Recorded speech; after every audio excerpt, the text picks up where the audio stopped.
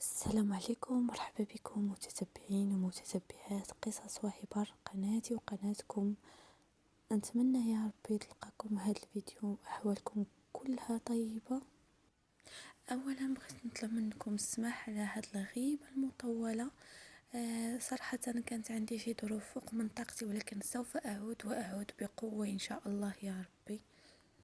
القصة ديالنا ديال اليوم باش ما نطولش عليكم في المقدمة ندخلوا مباشرة في القصة ديالنا ديال اليوم، ولا المشكلة ديال واحد الأخ اللي لقيته مصيفطها لي في الخاص. نتمنى يا ربي تصنتوا للمشكلة الأخير وتعطيوه آراءكم ونصائحكم في التعاليق، راه غادي يقرا التعاليق ديالكم كاملين.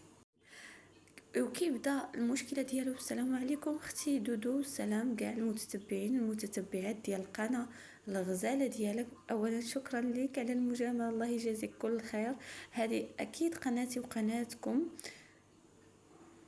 وشكرا مره اخرى على الثقه اللي كديروا فيا.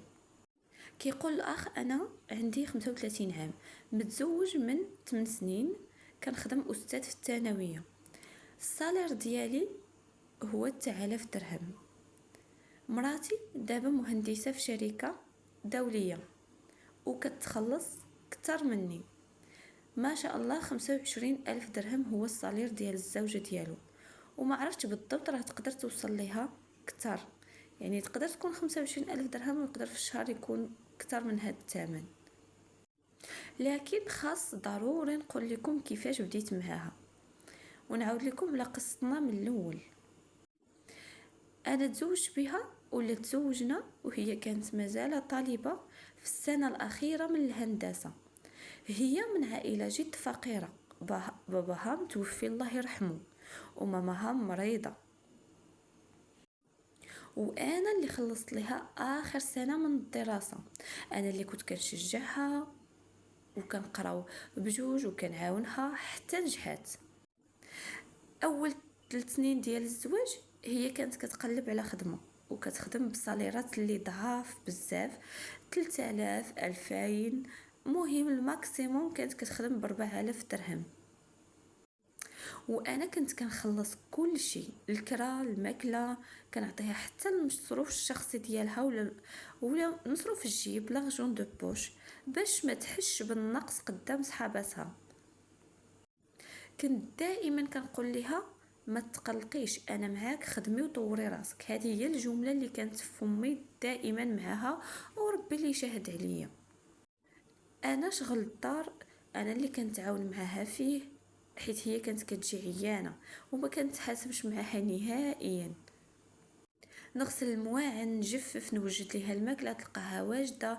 هي كانت كدير شي حاجه مره، ولكن بحال شغل الدار كلشي عليا، وشغل الزنقه وخدمتي كذلك، والمصروف وكل شيء كان عليا انا.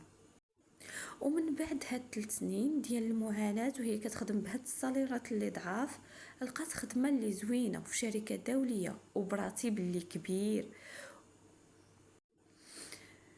صافي انا بديت كنشوف ولا كنلاحظ تغيير فيها شويه بشويه، بالدارجه ديالنا بدات كتبدل عليا.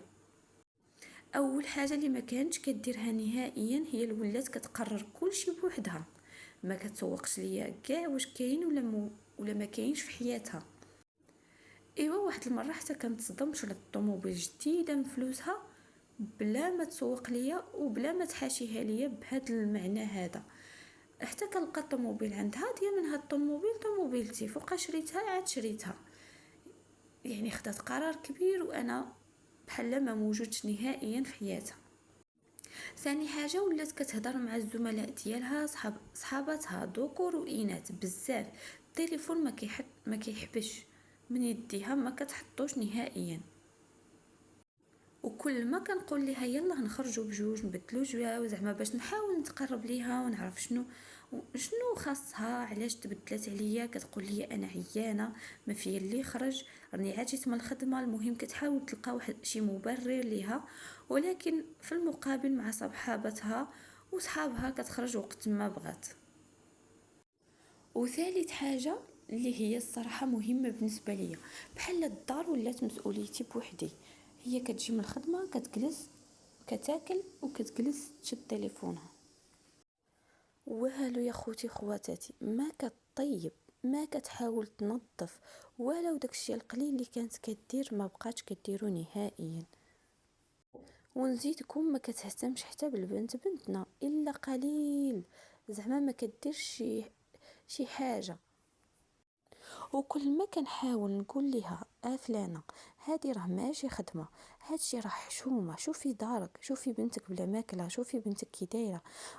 العباره الوحيده اللي كتخسر عليا، انا كنخدم ونجيب الفلوس اكثر منك. ورابع حاجه، ولات كتعاملني بواحد المعامله خايبه قدام الناس وقدام العائله، وكتحاول تنقص مني دائما. واحد المره كنا مجموعين مع العائله، الوالده والخوت، وهي تقول انا وصلت لهذا المنصب بالجهد ديالي والذكاء ديالي، ونجحت بوحدي ما عاوني حتى شي واحد. صافي خوتي انا تصدمت، نسات كاع داك المعامله اللي كنت كنعملها، كاع المساعده اللي قدمت ليها، نسات كلشي، ضربت لي كلشي في الزيرو. وختماتها وقالت زوجي المحترم استاذ بسيط جدا، ما عندوش طموح بزاف. وبدات كتضحك بواحد الضحكه اللي مستفزه. انا الصراحه كون لقيت الارض كون نشقات ودخلت فيها. واحد المره اخرى كنا عاوتاني مجموعين مع العائله، وبغيت نرد الاعتبار ديالي خوتي، حيت صراحه انا بقى فيا الحال بزاف من الموقف الاول. قلت لها ما تنسيش انا اللي دعمتك من البدايه. ردت عليا بواحد الاسلوب دعمتيني بالجفاف، شكرا. وبدات كتضحك وسكتات وهي تقول ايوا شكرا لك سيدي، لكن في النهايه انا اللي خدمت واجتهدت، والفلوس اللي خلصتي عليا كانت من واجبك كراجل تخلص عليا. ودابا المشكل الكبير اللي كاين هو الاسبوع اللي فات قالت لي بغيت نشري شقه جديده ولكن بالاسم ديالها. قلت لها كيفاش؟ انا اللي كنت كنصرف عليك، وانا اللي ما كنتيش كتخدمي، انا اللي كنت كندعمك حتى وصلتي، دابا نسيتي كلشي. ردت عليا وقالت هذاك زمان، دابا الوضع تبدل، انا اللي كنصرف اكثر منك على الدار. كيف ما قلت لكم، راه حنا عندنا بنت وحده عندها 5 سنين، الله يخليها لينا يا ربي، هي اللي بقى الامل ديالي فيها في هاد الدنيا كامله. ديما كتسمع ماما كتسمعها كتقول ماما كتقول بابا ما كيقدرش يشري لك هاد الشيء، ماما هي اللي كتشري لك، زعما بحال كتحرش البنت عليا. وما عرفتش بالضبط شنو كتحاول توصل ليها. المهم البنت ولات كتقول ماما غنيه وبابا فقير، وكل مره كنصحح ليها هاد الفكره مراتي كتحاول تزيد ترسخها ليها باي طريقه. وراكم عارفين الوليدات الصغار راك غير كتطمعهم بشي حاجه دغيا كتلصق ليهم الفكره. دابا خوتي ما نكذبش عليكم، وليت كنحس براسي محتقر في داري. واحد العقل كيقول لي طلقها، هاد المراه نكارت الجميل وما عندهاش الاحترام. وكنرجع كنقول اعوذ بالله من الشيطان الرجيم. صراحه انا خايف من الطلاق وخايف نفرق بنتي حيت كنبغيها بزاف، وكنقول راسي شحال غادي يبقى ليا في الصالير منين نبغي نعطي النفقه للبنت، يعني ما غيبقى ليا والو. دابا غير قولوا لي اخوتي، واش انا غلطت فاش دعمتها وقفت معاها؟